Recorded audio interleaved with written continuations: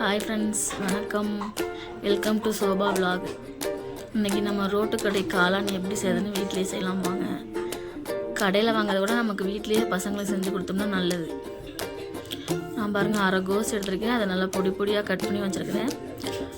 அரை table spoon மிளகாய்த்தூள், அரை டேபிள் ஸ்பூன் கறி மசால், ஒரு ஸ்பூன் கார்ன்ஃப்ளவர் மாவு, ஒரு ஸ்பூன் மைதா மாவு, ஒரு ஸ்பூன் இஞ்சி பூண்டு பேஸ்ட்டு,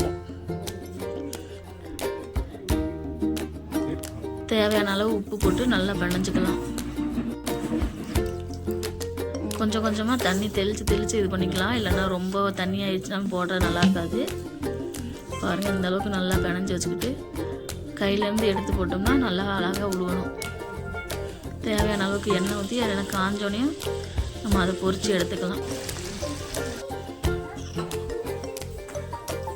பாருங்கள், இந்த அளவுக்கு பொரித்து எடுத்தாச்சு. இதை நம்ம உடச்சி வச்சுக்கலாம்.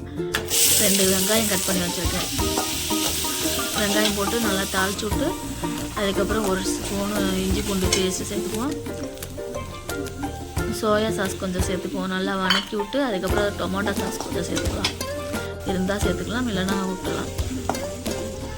கார்ன்ஃப்ளவர் மாவு ஒரு ஸ்பூன் அளவுக்கு கரைச்சி வச்சுக்கோ. அதையும் ஊற்றி அது கொதி வந்ததுக்கப்புறமேட்டுக்கு உடச்சி வச்சுருக்கோம் பார்த்தீங்களா காளான், அதையும் போட்டு நல்லா சுண்டி வர அளவுக்கு நல்லா வேகப்படணும். பாருங்கள், இந்த அளவுக்கு வெந்துச்சு. அவ்வளோதான். கொத்தமல்லி தூவி நம்ம இறக்கிக்கலாம். Okay friends.